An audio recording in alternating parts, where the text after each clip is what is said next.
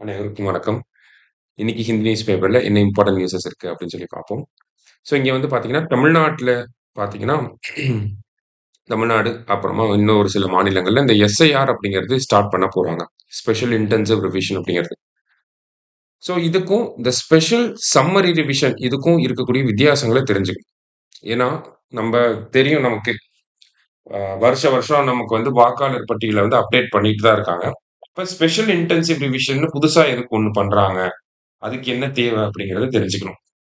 இப்ப special summary revision அப்படின்னா என்ன அப்படின்னு சொல்லி பார்த்தீங்கன்னா, நமக்கு இப்ப நம்ம 18 வயசு ஆன உடனே நம்ம போய் வோட்டர் ஐடி வந்து எடுப்போம். வீடு காலி பண்ணிட்டு வேற ஏரியாவுக்கு போறோம். இல்ல வேற மா ஐ மீன் டிஸ்ட்ரிக்ட் வந்து போறோம் அப்படின்னா, நம்மளோட தொகுதி வந்து மாறுது. அப்படிங்கிறப்ப என்னோட தொகுதிய மாத்துறதுக்காக நம்ம போய் அந்த அப்டேட் பண்ணுவோம். அடுத்ததா பார்த்தீங்கன்னா, நம்ம வீட்ல யாராவது வயசானவங்கள இறந்துட்டாங்க அப்படின்னா, அவங்கள ரிமூவ் பண்றதுக்காக பண்ணுவோம். ஸோ இந்த மாரியான விஷயங்கள் எல்லாமே ஸ்பெஷல் சம்மரி ரிவிஷனுக்கு கீழ வந்துரும். சரியா? அப்ப எஸ்ஐஆர்ன்னா என்ன அப்படின்னு சொல்லி பார்த்தீங்கன்னா, இந்த எஸ்ஐஆர் அப்படிங்கிறது வருஷம் வருஷம் நடத்த மாட்டாங்க. ஓகே. ஃபர்ஸ்ட் டிஃபரன்ஸ் வருஷம் வருஷம் நடத்த மாட்டாங்க. ஒரு 20 வருஷத்துக்கு ஒரு தடவ அந்த மாரி தான் நடத்துறாங்க. ஓகேவா? கடைசியா பார்த்தீங்கன்னா 2004, 2005 அந்த டைம் பீரியட்ல நடந்தது. இப்ப தான் மறுபடியும் நடக்குது. இதுல என்ன பண்ணுவாங்கன்னா, ஓவராலா இந்த எலக்டோரல் ரோல்ஸ அப்டேட் பண்ணுவாங்க. ஓகேவா? என்னென்ன இன்அக்யூரசிஸ் ஏதாவது இருக்கா அப்படின்னு சொல்லி பார்த்து அத ரிமூவ் பண்றது.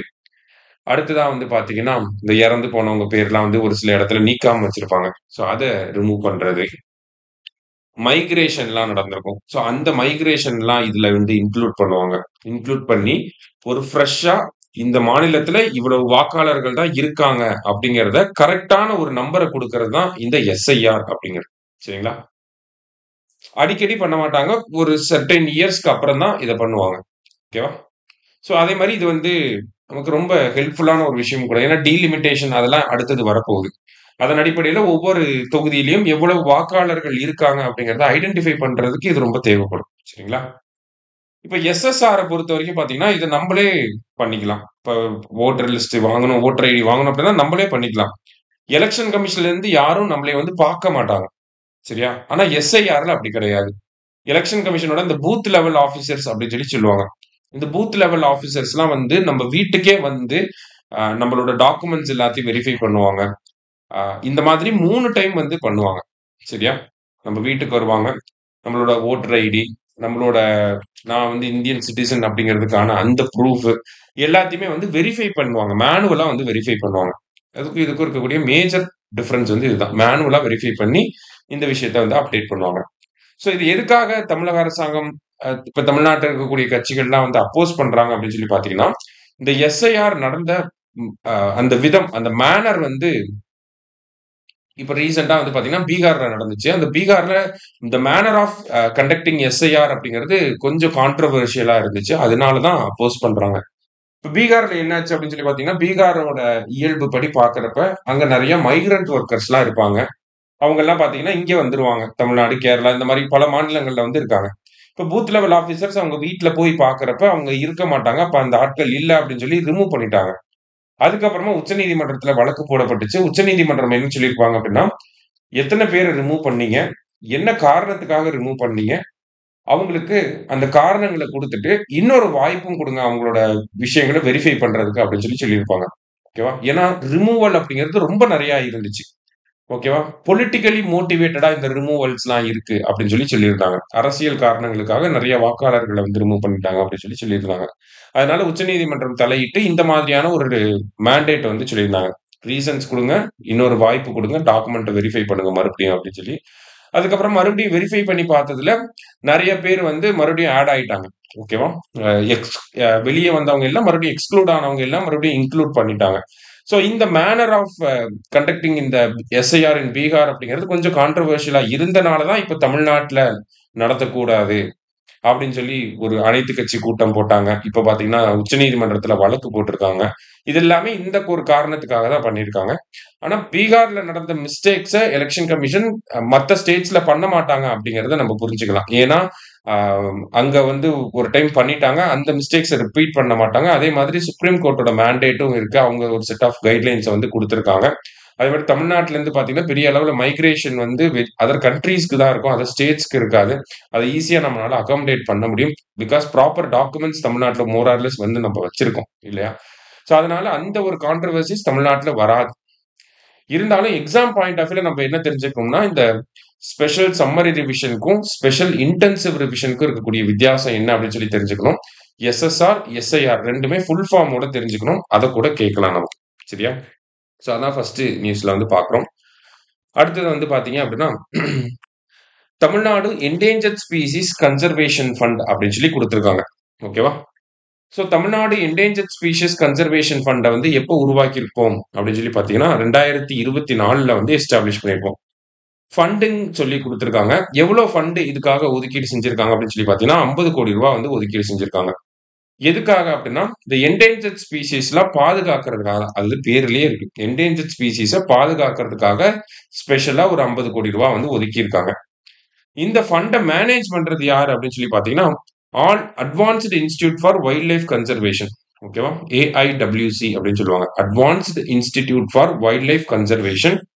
இந்த அமைப்பு எங்க இருக்கு அப்படின்னு சொல்லி பார்த்தீங்கன்னா, நமக்கு வந்து வண்டலூர் ஜூல தான் இவங்க ஆஃபீஸ் வந்து இருக்கு. சரியா? வண்டலூர்ல வந்து இருக்காங்க. இத கூட ஒரு கொஸ்டினா கேட்கலாம். Advanced institute for wild life conservation எங்க இருக்கு அப்படின்னு சொல்லி. ஏன்னா நமக்கு எக்ஸாம்ல ITNT ஹப் எங்க இருக்குன்னு சொல்லி ஒரு டைம் கேட்டிருந்தாங்க. அது டெக்னாலஜி ரிலேட்டடா கேட்டாங்க. Science and I mean environment ரிலேட்டடா கேட்கணும்னா இத கூட கேட்கலாம். Advanced institute for wild life conservation located இன் வடலூர். சரியா? சாரி வண்டலூர். சோ இவங்க தான் இந்த 50 கோடி ரூபாய வந்து மேனேஜ் பண்ணக்கூடிய அத்தாரிட்டி.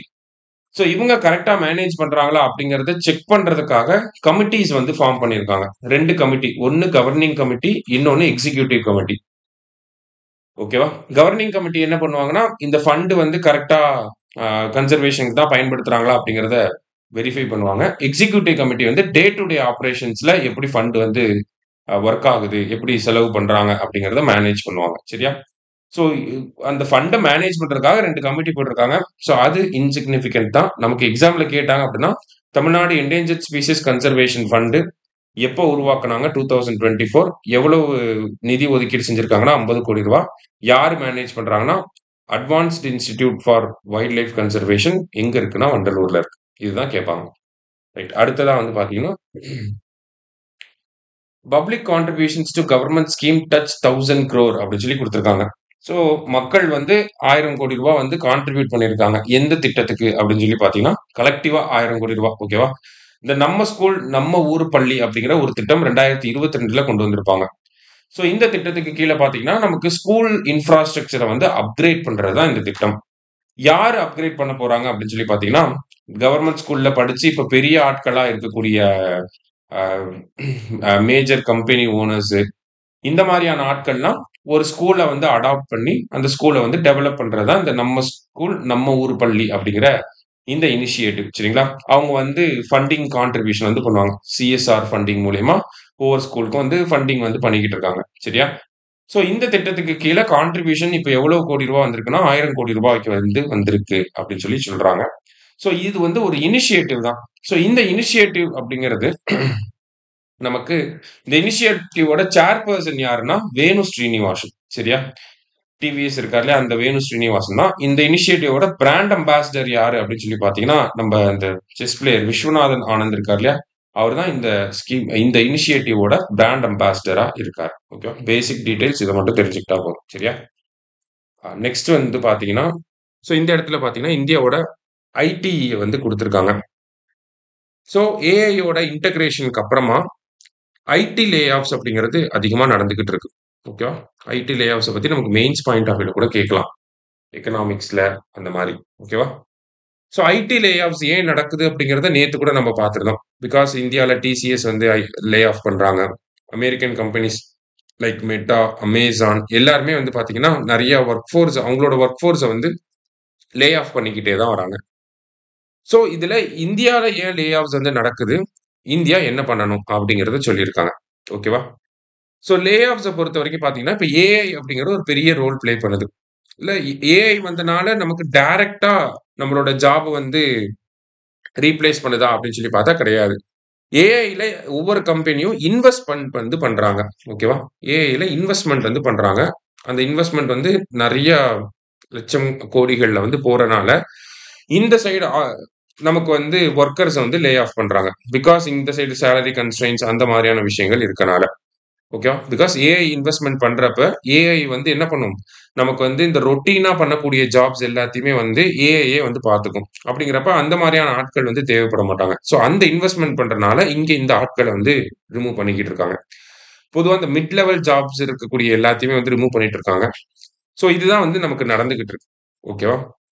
இப்போ இந்தியாவுல ஐடி அந்த ஐடி அப்படிங்கிற அந்த எக்கோசிஸ்டம் எப்படி வொர்க் ஆகிட்டு இருக்கு அப்படின்னு சொல்லி பார்த்தீங்கன்னா, நமக்கு இன்ஜினியர்ஸ வந்து கேம்பஸ் இன்டர்வியூல செலக்ட் பண்ணுவாங்க கம்பெனிஸ். அவங்களுக்கு வந்து ஒரு 6 மாசத்துலேருந்து 1 வருஷம் வரைக்கும் நல்ல இன்டென்சிவ் ட்ரெய்னிங் வந்து குடுப்பாங்க கோடிங்ல. அவங்களுக்கு என்ன தேவையோ அந்த டெக்னாலஜில வந்து நல்ல ட்ரெய்னிங் குடுப்பாங்க. பேசிக் லெவல் கோடிங்ல, பேசிக் லெவல் டெக்னாலஜிஸ்ல வந்து நல்லா ட்ரெய்னிங் குடுப்பாங்க. அதுக்கப்புறமா அவங்கள வந்து எம்ப்ளாய் பண்ணுவாங்க. சரியா? இந்த புரொபேஷன்லாம் முடிஞ்சதுக்கு அப்புறமா, இப்படிதான் வந்து நம்மளோட ஐடி செக்டார் அப்படிங்கிறது ஃப்ரம் அரவுண்ட் 2000ல இருந்து இப்படிதான் நமக்கு போய்க்கிட்டு இருக்கு. ஆனா, அப்போதைய டிமாண்டுக்கு அது கரெக்ட்டா இருந்துச்சு. அப்போதைக்கு வந்து பார்த்தீங்கன்னா, நம்மளோட கிளையன்ட்ஸ் வந்து யுஎஸ், யூரோப்ல இருந்துலாம் நமக்கு இந்தியன் ஐடி கம்பெனிஸ்க்கு வந்து கிளையன்ட்ஸ் வராங்க. ஸோ, அவங்களுக்கு தேவையான விஷயங்கள பண்றதுக்கு இந்த மாதிரியான ஒரு ட்ரெய்னிங் இருந்தா போதும் அப்படிங்கிறது இருந்துச்சு. ஓகேவா? பேசிக் லெவல் நாலேட்ஜ் இருந்தாலே போதும் கோடிங்ல அப்படிங்கிற மாரி இருந்துச்சு. ஆனா யுஎஸ், யூரோப்போட கிளையன்ட்ஸ் இப்ப என்ன எக்ஸ்பெக்ட் பண்றாங்க அப்படின்னு சொல்லி பார்த்தீங்கன்னா, அட்வான்ஸ்டான விஷயங்கள எக்ஸ்பெக்ட் பண்றாங்க. அவங்களோட எக்ஸ்பெக்டேஷன்க்கு ஏத்த மாதிரி நம்மளோட வொர்க் ஃபோர்ஸ் வந்து இன்னும் அப்டேட் ஆகாம இருக்காங்க. சரியா? இன்னமும் பேசிக் லெவல் கோடிங் இந்த மாரியான விஷயங்கள் மார்க்கெட்டுக்கு ஏத்த மாதிரி இல்ல. அப்படிங்கிறப்ப என்ன நெனைக்கிறாங்க அப்படின்னா, ரொம்ப ஸ்கில்ஃபுல்லான பெர்சன்ஸ மட்டும் தான் ஹையர் பண்றாங்க. ஆல்ரெடி எம்ப்ளாய்மென்ட்ல இருக்கக்கூடிய ஸ் அ ஹைலி ஸ்கில்டு பெர்சன்ஸ மட்டும் தான் வச்சுக்கிறாங்க. லோ ஸ்கில்ஸ்ல இருக்கிறவங்கள வந்து லே ஆஃப் பண்ணி விட்டுர்றாங்க. சரியா? அத டைரக்ட்டா சொல்லாம, இன்டைரக்ட்டான லே ஆஃப்ஸ் அப்படிங்கிறது நெறைய நடக்குது. புரமோஷன கம்மி வித்ஹெல்ட் பண்றது, இன்கிரிமென்ட்ட வித்ஹெல்ட் பண்றது. இந்த மாதிரியான விஷயங்கள் மூலியமா நெறைய லே ஆஃப்ஸ் அப்படிங்கிறது நடந்துகிட்டே தான் இருக்கு. சரிங்களா? ஸோ இந்தியாவோட வொர்க் ஃபோர்ஸ வந்து இந்தியாவோட ஐடி வொர்க் ஃபோர்ஸ வந்து நம்ப அப்ஸ்கில்லிங் பண்ண வேண்டியதுக்கான நேரம் வந்துருச்சு அப்படிங்கிறது தான் இந்த ஆர்டிக்கிள்ல குடுத்திருக்காங்க. சிம்பிளா நம்ப காலேஜ் முடிச்சுட்டு, ஏதாவது ஒரு ஜாவா, இல்ல வந்து பைத்தான் இந்த மாதிரியான அ ஒரு கோடிங் லாங்குவேஜ படிச்சுட்டு நம்மனால இப்ப எம்ப்ளாய்மென்ட்க்கு போக முடியும். ஆனா, அது வந்து சஸ்டெய்னபிளா இருக்குமா அப்படின்னு பார்த்தா கிடையாது. இப்ப நம்ம கான்ஸ்டன்ட்டா அப்ஸ்கில்லிங் பண்ணிக்கிட்டே இருக்கணும் ஐடி செக்டார பொறுத்தவரைக்கும். அந்த அப்ஸ்கில்லிங் ப்ராசஸ இண்டிவிஜுவல் கிட்ட விடாம கவர்ன்மென்ட்டும், அ அந்த ஹையர் எஜுகேஷன் இன்ஸ்டிடியூஷன்ஸும் வந்து சேர்ந்து பண்ணணும் அப்படிங்கிறது தான் இந்த இடத்துல சஜஷன்ஸா வே ஃபார்வர்டா வந்து குடுத்திருக்காங்க. நமக்கு ஐடி லே ஆஃப்ஸ் வந்து நெறைய நடக்குது. இத தடுக்கணும்னா என்ன பண்ணலாம்? சஜெஸ்ட் யுவர் மெஷர்ஸ் அப்படின்னு சொல்லி கேட்கிறப்ப, இதெல்லாம் நம்ம சொல்ல முடியும். ஓகேங்களா? சோ என்ன சொல்றாங்க அப்படின்னு சொல்லி பார்த்தீங்கன்னா, ஏஐ அப்ஸ்கில்லிங் அப்படிங்கிறத இம்ப்ரூவ் பண்ணணும் அப்படின்னு சொல்லி சொல்றாங்க. காலேஜஸ்லயே வந்து பார்த்தீங்கன்னா, ஏஐ கோர்ஸஸ வந்து கொண்டு வரணும். நம்மளையெல்லாம் மினி ப்ராஜெக்ட் பண்ண சொல்லி டார்ச்சர் பண்ணுவாங்க. அந்த மாரி இல்லாம ஏஐ அப்ஸ்கில்லிங் கோர்ஸஸ வந்து எல்லாத்தையும் என்ரோல் பண்ண வைக்கணும். அதுல சர்டிஃபிகேஷன் கோர்ஸஸ வந்து நெறைய முடிக்கணும். அந்த மாரியான விஷயங்கள வந்து பண்ணணும். அடுத்ததா வந்து பார்த்தீங்கன்னா, நமக்கு கரிக்குலம்ல இந்த ஏஐய வந்து கொண்டு வரணும். ஸோ நம்ப படிக்கிறப்பலாம் வந்து கான்ஸ்டன்ட்டா காலங்காலமா படிச்ச சப்ஜெக்ட்ஸ தான் நம்மளுமே படிச்சிருப்போம். ஸோ அத தாண்டி ஃபியூச்சர் டெக்னாலஜிஸயுமே வந்து ஆ என்ன பண்ணணும் அப்படின்னு சொல்லி பார்த்தீங்கன்னா, கரிக்குலம்ல கொண்டு வரணும். சிலபஸ்ல வந்து கொண்டு வரணும் அப்படிங்கிறத சொல்றாங்க. அடுத்ததா பார்த்தீங்கன்னா, இந்த விஷயங்கள்ல கவர்ன்மென்ட்டோட இன்வெஸ்ட்மென்ட்ட வந்து அதிகப்படுத்தணும் அப்படின்னு சொல்றாங்க. அப்ஸ்கில்லிங்ல வந்து கவர்ன்மென்ட்டோட இன்வெஸ்ட்மென்ட்ட அதிகப்படுத்தணும் அப்படின்னு சொல்றாங்க. இந்தியாவுல பொதுவா பார்த்தீங்கன்னா, டிஜிட்டல் லிட்டரசிய தான் இவ்வளவு நாள் ஃபோக்கஸ் பண்ணிட்டு இருந்தோம். இந்த டிஜிட்டல் லிட்டரசிய தாண்டி ஏஐ லிட்டரசிய வந்து ஃபோக்கஸ் பண்ணணும் அப்படின்னு சொல்லி சொல்றாங்க. அடுத்ததா பார்த்தீங்கன்னா, ஸ்டார்ட் அப்ஸ்க்கு வந்து ஃபண்டிங் குடுக்கணும். ஏஐ ரிலேட்டடா ஸ்டார்ட் அப்ஸ நெறைய கொண்டு வரணும். ஏஐ ரிலேட்டடா இருக்கக்கூடிய ஸ்டார்ட் அப்ஸ்க்கு வந்து ஃபண்டிங் அந்த மாரியான ஹெல்ப் பண்ணணும். அந்த மாரி பண்றப்ப, இந்த ஏஐ அப்ஸ்கில்டா வரக்கூடிய ஸ்டூடண்ட்ஸ வந்து நம்மளால ஈஸியா எம்ப்ளாய் பண்ணவும் முடியும் அப்படின்னு சொல்லி சொல்றாங்க. ஓகேவா? ஸோ அப்ப இந்தியன் ஐடி செக்டார் அப்படிங்கிறது ஒரு டிரான்ஸ்ஃபர்மேட்டிவ் சேஞ்ச நோக்கி போய்க்கிட்டு இருக்கு. ஆ ஏஐ அப்படிங்கிற ஒரு டெக்னாலஜியோட ஃபுல் பொட்டன்ஷியல இந்தியாவோட ஐடி செக்டார் யுட்டிலைஸ் பண்ணணும்னா, இந்த மாரியான ஸ்டெப்ஸ் எல்லாம் பண்ணணும் அப்படின்னு சொல்லி நம்ம ஆன்ஸர் எழுதி முடிக்கணும். சரிங்களா? ஜஸ்ட் வே ஃபார்வர்டுக்கு இந்த ஒரு விஷயம் சஜெஸ்ட் யுவர் மெஷர்ஸ் அப்படிங்கிறதெல்லாம் கேட்டா இது யூஸ் ஆகும் நமக்கு. அடுத்ததா பார்த்தீங்கன்னா, இந்த கேஸ் ஃபார் எனர்ஜி எஃபிஷியன்சி அப்படின்னு சொல்லி குடுத்திருக்காங்க. ஸோ எனர்ஜி எஃபிஷியன்சிய பத்தி பார்க்கிறப்ப, நம்ப பஞ்சாமிர்த் டார்கெட்ஸ் அப்படிங்கிறது இருக்கு. ஓகேவா? நம்ம வந்து நெட் ஜீரோ வந்து 2070ல அச்சீவ் பண்ண போறோம். 500 ஜிகாவாட் ஆஃப் நான் ஃபாசில் எனர்ஜி வந்து கொண்டு வர போறோம். அதாவது 500 ஜிகாவாட் ஆஃப் ரெனியூவபிள் எனர்ஜி கொண்டு வர போறோம். 50% ஆஃப் நான் ஃபாசில் எனர்ஜி வந்து கொண்டு வரணும். கார்பன் இன்டென்சிட்டி ஆன் எக்கானமிய 45% கொண்டு வரணும். அடுத்ததா பாத்தீங்கன்னா கார்பன் சீக்வஸ்ட்ரேஷன் பண்ணணும். ஒரு 3 மில்லியன் டன்ஸ்க்கு வந்து பாத்தீங்கன்னா கார்பன் சீக்வஸ்ட்ரேஷன் பண்ணணும் அப்படிங்கறத இந்த பஞ்சாமிர்த டார்கெட்ஸ். இதுல நெட் ஜீரோங்கிறது 2070, மத்ததெல்லாம் 2030க்குள்ள நம்ம அச்சீவ் பண்ணணும். இதுல இந்த 50% ஆஃப் நான் ஃபாசில் எனர்ஜி கெப்பாசிட்டியை கொண்டு வரணுங்கிறத நம்ம ஆல்ரெடி பண்ணி முடிச்சிட்டோம். அத வந்து அச்சீவ் பண்ணிட்டோம். ஸோ 50% ஆஃப் நான் ஃபாசில் எனர்ஜி அப்படிங்கிறது நம்ம கிட்ட இருக்கு. ஆனா 50% எனர்ஜி ஜெனரேஷன் இருக்கா அப்படின்னு சொல்லி பார்த்தா அது இல்ல. ஓகேங்களா? கெப்பாசிட்டி இருக்கு. ஆனா எனர்ஜி ஜெனரேஷன் அப்படிங்கிறது இல்லாம இருக்கு. ஓகேவா? எதனால இந்த எனர்ஜி ஜெனரேஷன், சோலார் எனர்ஜி ஜெனரேஷனோ இல்ல இந்த ரெனியூவபிள் எனர்ஜி ஜெனரேஷன் கம்மியாகுதுன்னா அதுக்கு நிறைய ஃபேக்டர்ஸ் இருக்கு. ஓகேங்களா? மான்சூன் அப்படிங்கிற ஒரு ஃபேக்டர் இருக்கு. அடுத்தது வந்து டிமாண்ட் அதிகமா இருக்கிறது. பீக் டிமாண்ட் அதிகமாச்சு அப்படின்னா நமக்கு ரெனியூவபிள் எனர்ஜி அது பத்த மாட்டேங்குது. ஓகேங்களா? ஜெனரேஷனே வந்து ஆக்சுவலி கம்மியா தான் இருக்கு. 22% தான் ஜெனரேட்டே பண்றாங்க. அடுத்ததா பார்த்தீங்கன்னா, நமக்கு பேட்டரி டெக்னாலஜிஸ்ல நம்ம இன்னும் அப்கிரேட் ஆகாம இருக்கோம். சோலார் எனர்ஜி, ரெனியூவபிள் எனர்ஜியோட அடாப்ஷன் வந்து பப்ளிக் கிட்ட வந்து கம்மியா இருக்கு. ஸோ இந்த மாரி நெறைய ஃபேக்டர்ஸ் இருக்கனால தான் என்ன ஆகுது, நமக்கு 50% கெப்பாசிட்டி இருந்தாலுமே ஜெனரேஷன் அப்படிங்கிறது நம்மனால அந்த அளவுக்கு கொண்டு வர முடியல. 22% தான் இருக்கு. இதனால என்ன ஆகுது அப்படின்னு சொல்லி பார்த்தீங்கன்னா, கிரிட் எமிஷன் ஃபேக்டர் அப்படிங்கிறது இந்தியாவுல இன்கிரீஸ் ஆயிட்டே போகுது. அது என்ன கிரிட் எமிஷன் ஃபேக்டர் அப்படின்னா, நமக்கு இப்ப வந்து 22% தான் வந்து ரெனியூவபிள் எனர்ஜில ஜெனரேட் பண்ணிட்டு இருக்கோம். மீதி 78% வந்து பார்த்தீங்கன்னா, கோல் பேஸ்ட் பவர் பிளான்ட் தான். அப்ப இந்த கிரிட் எமிஷன் ஃபேக்டர வந்து கம்மி பண்ணணும் அப்படிங்கிறது தான் இந்தியாவோட அப்ஜெக்டிவ். ஆனா இது அதிகமாயிட்டே போகுது. அப்ப இத கம்மி பண்ணணும் அப்படின்னா என்ன பண்ணணும் அப்படின்னு சொல்லி குடுத்திருக்காங்க. சரியா? என்ன பண்ணணும் அப்படின்னு சொல்லி பார்த்தீங்கன்னா, ஃபர்ஸ்ட்டு நமக்கு இந்த பேட்டரி டெக்னாலஜில டெவலப்மென்ட் அப்படிங்கிறது தேவைப்படுது. ஓகேங்களா? பேட்டரீஸ்ல டெவலப்மென்ட் அப்படிங்கிறது தேவைப்படுது. அடுத்ததா பார்த்தீங்கன்னா, நம்ம வீட்ல யூஸ் பண்ணக்கூடிய appliances, house hold appliances, white goods அப்படின்னு சொல்லி சொல்லுவாங்க. இந்த டியூப் லைட் இந்த மாரியான விஷயங்கள்லாம். ஸோ இதனுடைய எனர்ஜி எஃபிஷியன்சிய வந்து அதிகப்படுத்தணும். ஸ்டார் ரேட்டிங்ஸ் வந்து குடுப்பாங்க. 5 ஸ்டார் ப்ராடக்ட்ஸா யூஸ் பண்ணணும். அதோட பெஞ்ச் மார்க்க அப்படியே கொஞ்சம் கொஞ்சமா அப்கிரேட் பண்ணிட்டே வரும். இன்னமும் நம்ம வீட்ல இந்த 0 வாட்ஸ் பல்ப்லாம் யூஸ் பண்ணிட்டு இருப்பாங்க. ஸோ அந்த மாரி இல்லாம எனர்ஜி எஃபிஷியன்சிய வந்து அதிகப்படுத்தணும். ஓகேவா? அடுத்ததா வந்து பார்த்தீங்கன்னா, இந்த எம்எஸ்எம்இ செக்டார்ஸ்லாம் வந்து நெறைய மோட்டார், பம்ப் இந்த மாரிலாம் யூஸ் பண்றாங்க. இதையுமே எனர்ஜி எஃபிஷியன்ட்டா மாத்தணும் அப்படின்னு சொல்லி சொல்றாங்க. இதெல்லாம் எனர்ஜி எஃபிஷியன்ட்டா மாத்துறனால என்ன ஆகுது அப்படின்னு சொல்லி பார்த்தீங்கன்னா, நமக்கு டிமாண்ட் பீக் எனர்ஜி டிமாண்ட் அப்படிங்கிறது கம்மியாகுது. அ எனர்ஜிய வந்து அந்த அப்ளையன்ஸஸ் ரொம்ப எஃபிஷியன்ட்டா யூஸ் பண்ணுவாங்க. ஓகேவா? ஸோ அப்ப அந்த பவர் டிமாண்ட் அப்படிங்கிறது, பீக் டிமாண்ட் அப்படிங்கிறது கம்மியாகும். ஸோ இந்த மாரியான விஷயங்கள வந்து பண்ணணும். அடுத்ததா வந்து பார்த்தீங்கன்னா, இப்ப நான் எலக்ட்ரிசிட்டி வந்து யூஸ் பண்றேன். என்னோட எலக்ட்ரிசிட்டி யூசேஜ்ல ரெனியூவபிள் எனர்ஜியோட ஷேர் வந்து அதிகமா இருக்குன்னா, என்னோட டாரிஃப வந்து குறைக்கணும். ஓகேவா? ஸோ இந்த மாரியான இன்னோவேட்டிவ் மெஷர்ஸ வந்து கொண்டு வரணும். அடுத்ததா ஸ்கிராப்பேஜ் இன்சென்டிவ்ஸ் வந்து கொண்டு வரணும். இந்த பழைய எக்யூப்மென்ட் இப்ப நமக்கு வந்து வெஹிக்கிள்ஸ்ல இத பண்ணுவாங்க. BS4 பதிலா BS5, 6 அப்படின்லாம் வந்துச்சு. அப்ப BS1, 2லாம் வந்து யூஸ் பண்ணக்கூடாதுன்னு சொன்னாங்க. இப்ப இந்த ஸ்கிராப்பேஜ் வெஹிக்கிள்ஸ வந்து நம்ம கொண்டு போய் இந்த வெஹிக்கிள்ஸ்லாம் குடுக்குறப்ப, அதுக்கு வந்து இன்சென்டிவ்ஸ் வந்து குடுப்பாங்க. ஸோ இந்த மாதிரியான ஓல்ட் எக்யூப்மென்ட்ஸ் இந்த மாரியெல்லாம் ரிட்டர்ன் பண்றப்ப, அதுக்கான இன்சென்டிவ்ஸ வந்து கொண்டு வரலாம். அந்த மாரியான ஒரு இன்னோவேஷன புது விஷயங்கள பண்ணலாம் அப்படின்னு சொல்லி சொல்றாங்க. அடுத்தது இந்த கிரீன் கூலிங் அப்படிங்கிறத வந்து டெவலப் பண்ணணும். இப்ப ஏசில எல்லாருமே யூஸ் பண்ண ஆரம்பிச்சுட்டாங்க. எல்லா வீட்லயுமே ஏசி இருக்கு. சம்மர் சீசன்ல பார்த்தீங்கன்னா, பீக் எனர்ஜி டிமாண்ட் அப்படிங்கிறது நம்மளோட ஜெனரேஷன் கெப்பாசிட்டிய விட தாண்டி போகுது. 100% நம்மளோட ஜெனரேஷன் கெப்பாசிட்டி இந்த சம்மர்ல இருந்துச்சு. ஆனா 127% டிமாண்ட் மட்டுமே இருந்துச்சு. அப்படிங்கிறப்ப நம்ம வெளிநாடுகள்ல இருந்து எனர்ஜிய இம்போர்ட் பண்ண வேண்டிய சிச்சுவேஷன்லாம் வந்துச்சு. அப்ப இந்த மாரியான விஷயங்கள்லாம் தவிர்க்கணும் அப்படின்னா, கிரீன் கூலிங் போன்ற இன்னோவேட்டிவ் ப்ரொசீஜர்ஸ நம்ம கொண்டு வரணும். ஸோ இது எல்லாத்துக்குமே இன்வெஸ்ட்மென்ட் அப்படிங்கிறது தேவைப்படுது அப்படின்னு சொல்லி நம்ம சொல்லலாம். இந்தியாவுல எனர்ஜி எஃபிஷியன்சிய கொண்டு வரதுக்கு என்ன ஸ்டெப்ஸ்லாம் எடுக்கலாம் அப்படின்னு சொல்லி பார்த்தா, இது எல்லாத்தையும் நம்ம லிஸ்ட் அவுட் பண்ணலாம். இல்ல இந்தியால எனர்ஜி எஃபிஷியன்சி கம்மியா இருக்கிறதுக்கு என்ன காரணங்கள்லாம் இருக்குன்னா, இதெல்லாம் இல்லாம இருக்கனால தான் எனர்ஜி எஃபிஷியன்சி கம்மியா இருக்கு அப்படின்னு சொல்லி கூட சொல்லலாம் நம்ம. சரியா? ரைட். அடுத்ததா வந்து பார்த்தீங்கன்னா, ஸோ நேத்து வந்து பார்த்தீங்கன்னா, emerging science and technology innovation conclave அப்படிங்கிறது ஃபர்ஸ்ட் டைமா நடந்திருக்கு. எங்கன்னா நியூ டெல்லில. இதுக்கு முன்னாடி இதெல்லாம் இந்தியன் சயன்ஸ் காங்கிரஸ்ன்னு சொல்லி நடக்கும். சரியா? அத வந்து ஸ்கிராப் பண்ணிட்டு இப்ப emerging science and technology innovation conclave அப்படின்னு சொல்லி கொண்டு வந்திருக்காங்க. இதுல முக்கியமான அனௌன்ஸ்மென்ட் என்ன அப்படின்னு சொல்லி பார்த்தீங்கன்னா, நமக்கு 1,00,000 crore வந்து research and development innovation scheme அப்படின்னு சொல்லி இந்த ஸ்கீமுக்காக ஒரு 1,00,000 கோடி ரூபாய அரசாங்கம் வந்து ஒதுக்கீடு செஞ்சிருக்காங்க. ஓகேவா? எதுக்காக அப்படின்னா, இந்த அனுசந்தன் நேஷனல் ரிசர்ச் ஃபவுண்டேஷன் அப்படின்னு சொல்லி ஒண்ணு இருக்கு. ஓகேங்களா? ANRF அப்படின்னு சொல்லி சொல்லுவாங்க.